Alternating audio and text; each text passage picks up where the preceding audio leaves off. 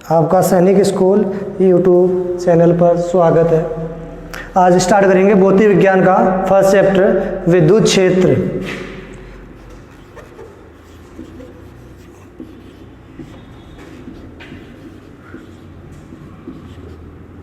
विद्युत क्षेत्र पढ़ने से पहले हम देखते हैं कि आवेश,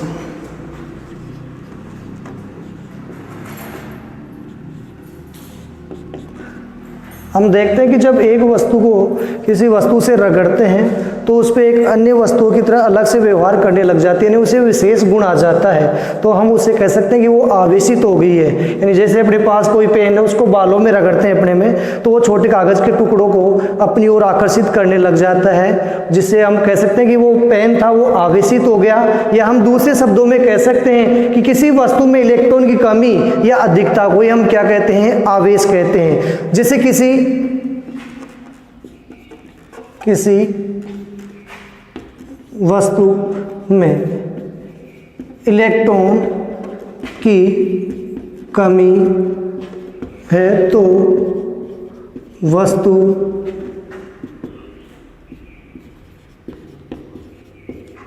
धनावेशित होगी। इसी प्रकार से वस्तु पर इलेक्ट्रॉन ही क्या है, अधिकता है, तो क्या होगी, ऋणावेशित। इसका मतलब हम कह सकते हैं यदि वस्तु में इलेक्ट्रॉन की कमी या अधिकता है तो वो कौन सी है, आवेशित है। जैसे एक एग्जांपल देखते हैं, बेसिकली हम वस्तु को घर्षण द्वारा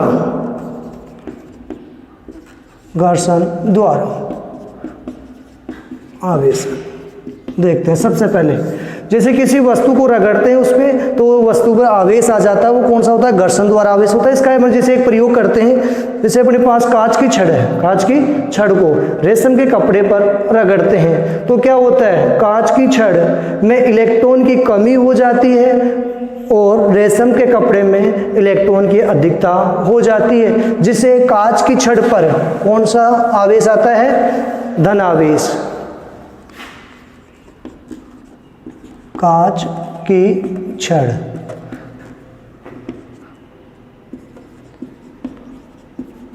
धन आवेशित हो जाती है। इसी प्रकार जब एबोनाइट की छड़ को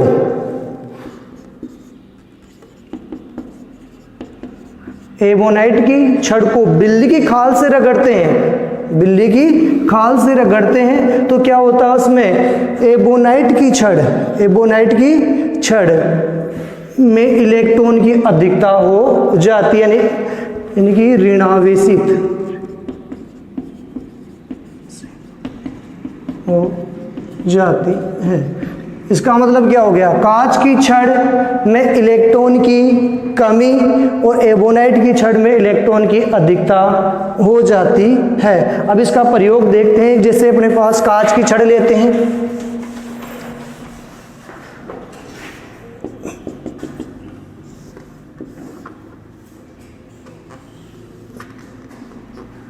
ये अपने पास कांच की छड़ है, इसको स्वतंत्रतापूर्वक इससे लटका दिया हमने, पॉजिटिव आवेश है इस पे। अब इसके पास दूसरी कांच की छड़ लेके आते हैं तो क्या लगता है, प्रतिकर्षण बल, यानी दोनों क्या है, कांच की छड़ है।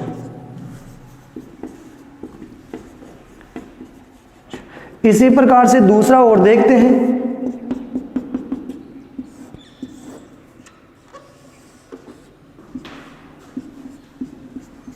नेगेटिव, और ये भी एबोनाइट की छड़ ली है, तो दोनों में क्या लगता है वापस, प्रतिकर्षण। और ये दोनों ही क्या है, एबोनाइट की छड़।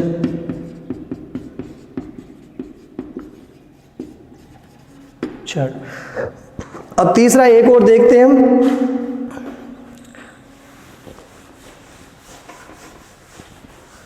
एक लेते हैं कांच की छड़, एक लेते हैं एबोनाइट की छड़। ये तो मान लो कांच की छड़ ले ली हमने, पॉजिटिव,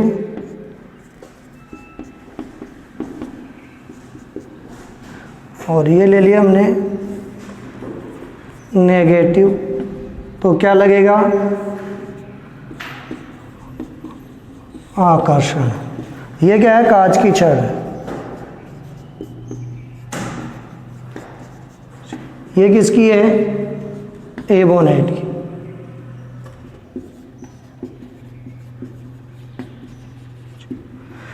तो इसका मतलब हो गया समान प्रकृति के आवेशों के मध्य तो क्या लगता है? प्रतिकर्षण, और विपरीत प्रकृति के आवेशों के मध्य क्या लगता है? आकर्षण। कह सकते हैं कि धनावेश व धनावेश के मध्य प्रतिकर्षण और ऋणावेश के मध्य प्रतिकर्षण, धनावेश व ऋणावेश के मध्य क्या लगता है? आकर्षण बल लगता है। तो अपने पास यहाँ हो गया कि समान आवेशों के मध्य प्रतिकर्षण और विपरीत प्रकृति के आवेशों के मध्य क्या लगता है? आकर्षण। अब देखते हैं इसके आगे अपने पास वस्तु को हम आवेशित कैसे करते हैं।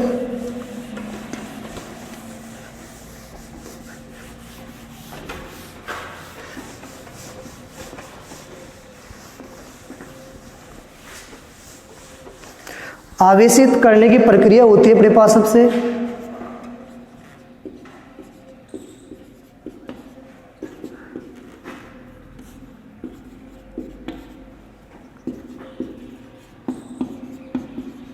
प्रक्रिया कैसे कैसे आवेशित कर सकते हैं। नंबर 1 देखते हैं, घर्षण द्वारा आवेशन। घर्षण द्वारा आवेशन कैसे करते हैं? पहले आपको बता ही दिया, जब किसी एक वस्तु को दूसरी वस्तु से रगड़ते हैं तो एक वस्तु से इलेक्ट्रॉन दूसरी वस्तु में स्थानांतरित हो जाते हैं। जैसे अभी बताया आपको, पहले कांच की छड़ थी, कांच की छड़ को रेशम के कपड़े से रगड़ा था हमने, तो क्या हुआ था? कांच की छड़ पॉजिटिव हो गई थी और रेशम का कपड़ा नेगेटिव। इसका मतलब क्या हुआ था? कांच की छड़ से इलेक्ट्रॉन्स कहाँ चले गए थे? रेशम के कपड़े में चले गए थे। ये हो गया अपने पास घर्षण द्वारा आवेशन। दूसरा देखते हैं, संपर्क द्वारा आवेशन, या कह सकते हैं चालन द्वारा आवेशन। जब एक वस्तु अपने पास क्या है? आवेशित है, ये चालक है, इसमें पॉजिटिव आवेश है मान लो। दूसरी वस्तु है, ये भी क्या है? चालक है और इस पे कोई आवेश नहीं है। अब क्या करते हैं? इन दोनों वस्तुओं को हम संपर्क कराते हैं, जिससे इस वस्तु पर भी पॉजिटिव आवेश आ जाएगा। अब क्या करते हैं? दोनों वस्तुओं को अलग अलग करके देखते हैं। तो इसमें भी कौन सा आवेश रहेगा? पॉजिटिव, और इसमें भी कौन सा रहेगा? पॉजिटिव। ये हो गया अपने पास चालन द्वारा या संपर्क द्वारा आवेशन। अब तीसरा देखते हैं, प्रेरण द्वारा आवेशन।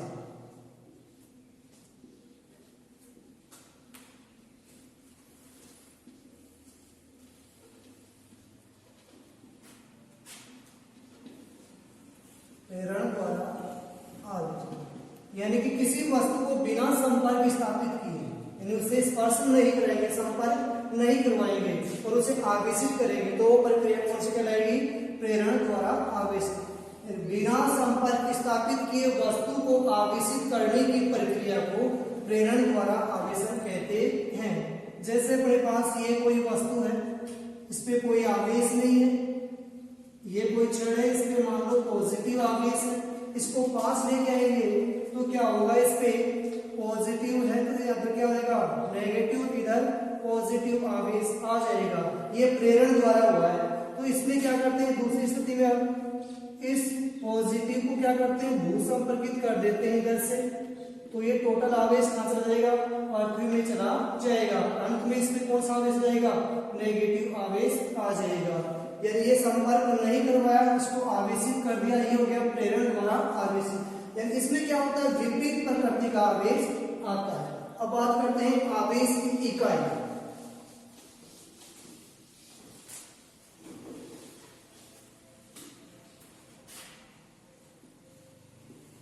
आवेश की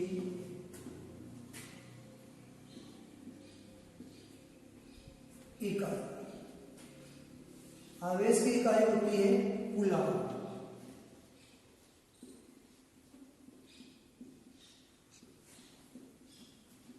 सी से प्रदर्शित करता है इसको। अब देखते हैं इसका विमा। विमा क्या हो जाएगी इसकी? जिसे आवेश है मूल मात्रक नहीं है, तो अब पढ़ता हुआ पहले आपने धारा बराबर होता है आवेश बटे समय। तो आवेश बराबर धारा इंटू समय, धारा इंटू समय। तो अपने पास धारा का विमा होती है ए, समय क्या होती है टी। तो क्या हो गया M0 L0 T1 और A1। आवेश एक अदिश राशि है, आवेश अदिश राशि है। इसका एमकेएस पद्धति में कूलाम हो गया, सीजीएस पद्धति में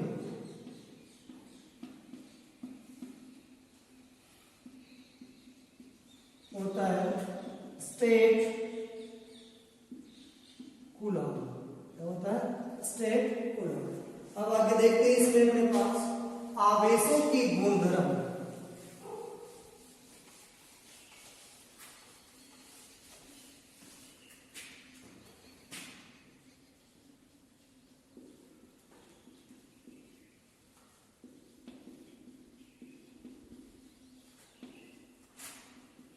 आवेशों के गुणधर्म सबसे पहले देखते हैं नंबर 1,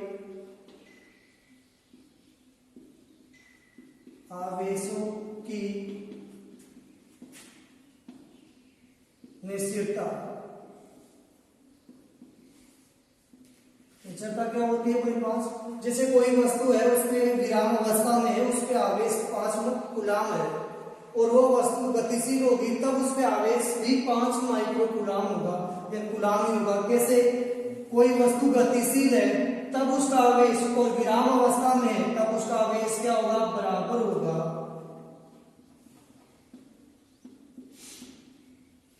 अवस्था बराबर क्यों?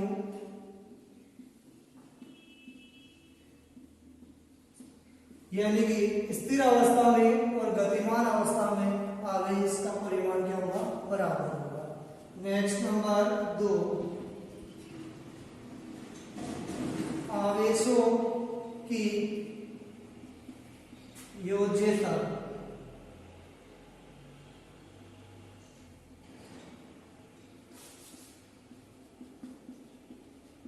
आवेशों की योज्यता, योज्यता मतलब क्या होता है? योग।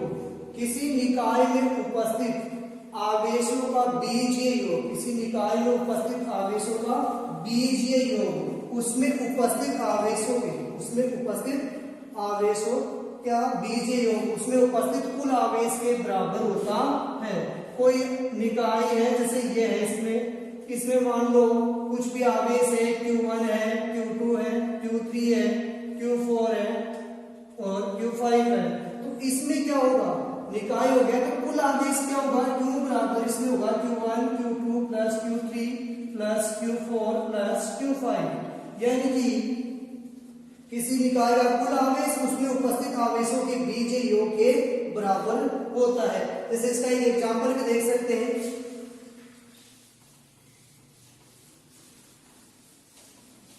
आपके पास है इक्वेशन है, मान लो किसी निकाय में निम्न प्रकार आवेश है तो निकाय का कुल आवेश ज्ञात कीजिए। जैसे ये हो गया 5 coulomb minus 7 coulomb 8 coulomb plus 2 coulomb minus 1 coulomb. तो निकाय का कुल आवेश कितना हो जाएगा? देगा 5 कूलाम पॉजिटिव का है, 7 कूलाम नेगेटिव का है, 8 कूलाम पॉजिटिव है, 2 कूलाम पॉजिटिव है, 1। तो अपने पास नेगेटिव कितना हो गया? 8। तो 8 से 8 लेंगे कितना हो गया? 7 बच गया, 7 कूलाम आवेश हो गया। इसका टोटल आवेश निकल आएगा। नेक्स्ट तीसरा देखते हैं हम,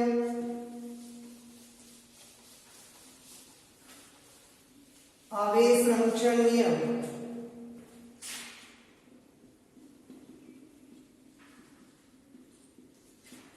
आवेश संरक्षण नियम, आवेश संरक्षण नियम, यानी किसी निकाय में न तो आवेश हम उत्पन्न कर सकते हैं, नहीं उसका आवेश हम नष्ट कर सकते हैं। यानी आवेश केवल हम रूपांतरित एक वस्तु से दूसरी वस्तु में अपने पास रूपांतरित कर सकते हैं, नष्ट नहीं कर सकते।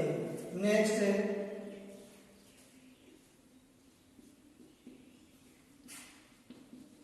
आवेशों का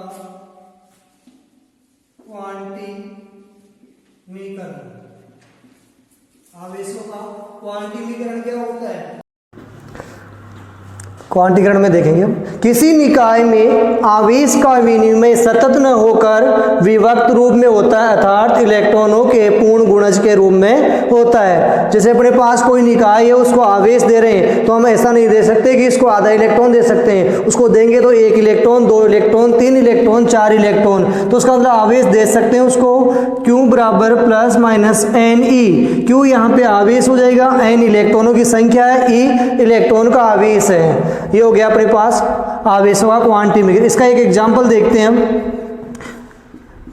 1 कूलाम आवेश में कितने इलेक्ट्रॉन होंगे? कितने इलेक्ट्रॉन होंगे? तो अपने को पहले दिया है, क्या दिया है? Q बराबर 1 कूलाम आवेश दिया है, और इलेक्ट्रॉन की आवेश कितना होता है बताइए आपको? 1.6 इंटू 10 की पावर माइनस 19 कूलाम होता है। N बराबर अपने को ज्ञात करना है। फॉर्मूला अपने पास क्या है? Q बराबर NE है, तो N बराबर हो गया Q अपॉन E। अब अपने पास यहाँ पे वैल्यू पुट कर देंगे इनमें,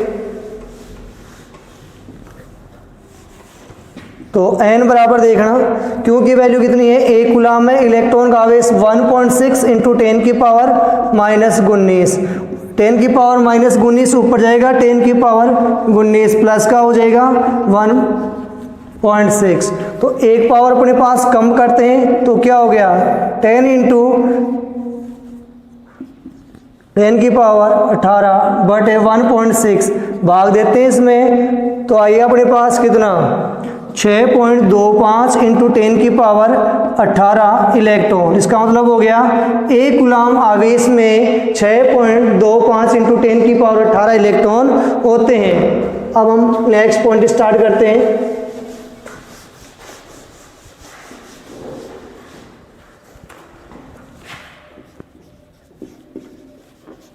विद्युत दर्शी।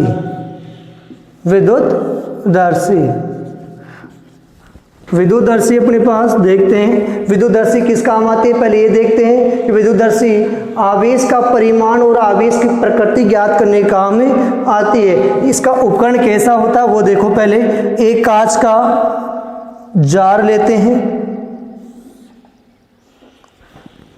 कांच का जार लिया हमने, इसमें से एक धातु की रोड डाल देते हैं, धातु की छड़ डाल दी हमने। इसके दोनों सिरों पर अपने पास नीचे वाले सिरे पर क्या डालते हैं? स्वर्ण पत्थर यानी कि सोने की पत्तियां जोड़ देते हैं, जो यहाँ घर्षण रहित जुड़ी हुई है। और ऊपरी सिरे पर क्या? धातु की चकती जोड़ देंगे और इसके कारक लगा देंगे जार के मुंह पर। उपकरण की सुग्राहिता बढ़ाने के लिए क्या करते हैं? यहाँ पे टिन की पत्तियां चिपका देते हैं, 2 टिन की पत्तियां लगा देते हैं। अब देख लो, ये है जार अपने पास, ये अपने पास धातु की छड़ है, ये अपने पास क्या है? स्वर्ण पत्र है, ये टिन की पत्ती है, ये अपने पास धातु की चकती है, अब देखते हैं अपने पास, ये अपने पास कारक है जो कुचालक है। अब इससे क्या करते हैं हम, कोई आवेशी छड़ लाते हैं धातु की चकती के पास, तो इसमें आवेश संपर्क द्वारा संपर्क कराएंगे तो आवेश कहाँ तक पहुँच जाएगा, धातु की छड़ से होता हुआ स्वर्ण पत्रों तक पहुँचे जाएगा, जिससे दोनों पत्रों पर क्या हो गया, पॉजिटिव पॉजिटिव। तो क्या होगा, इनमें प्रतिकर्षण होगा और फैलाव होगा। और दूसरा कारण क्या होता है, प्रेरण द्वारा टिन की पत्तियों पर क्या आ जाता है, नेगेटिव आ जाता है, जिससे उपकरण की सुग्राह्यता अधिक हो जाती है, फैलाव अधिक होने लगता है। अब दूसरी बात करते हैं कि यहाँ पे कोई दूसरी छड़ लेके आए, मान लो उस पर क्या था, नेगेटिव आवेश हो, उस पर क्या हो, नेगेटिव आवेश हो, तो क्या करेगा, यहाँ पे नेगेटिव पॉजिटिव निरस्त करेगा पहले, फिर आवेश नेगेटिव आएगा, नेगेटिव आएगा। तो एक समय ऐसा आएगा कि पहले उदासीन होगा, फिर वापस इस पर नेगेटिव, यानी अपने पास पत्तियों का प्रसार सिकुड़कर फैल रहा है तो पहले से विपरीत प्रकृति का है, और डायरेक्ट ही फैल रहा है तो अपने पास क्या है, ये समान प्रकृति का होगा। इसी के साथ में अपने पास ये विद्युतदर्शी कंप्लीट हुई। अब अपने पास अगला टॉपिक देखते हैं।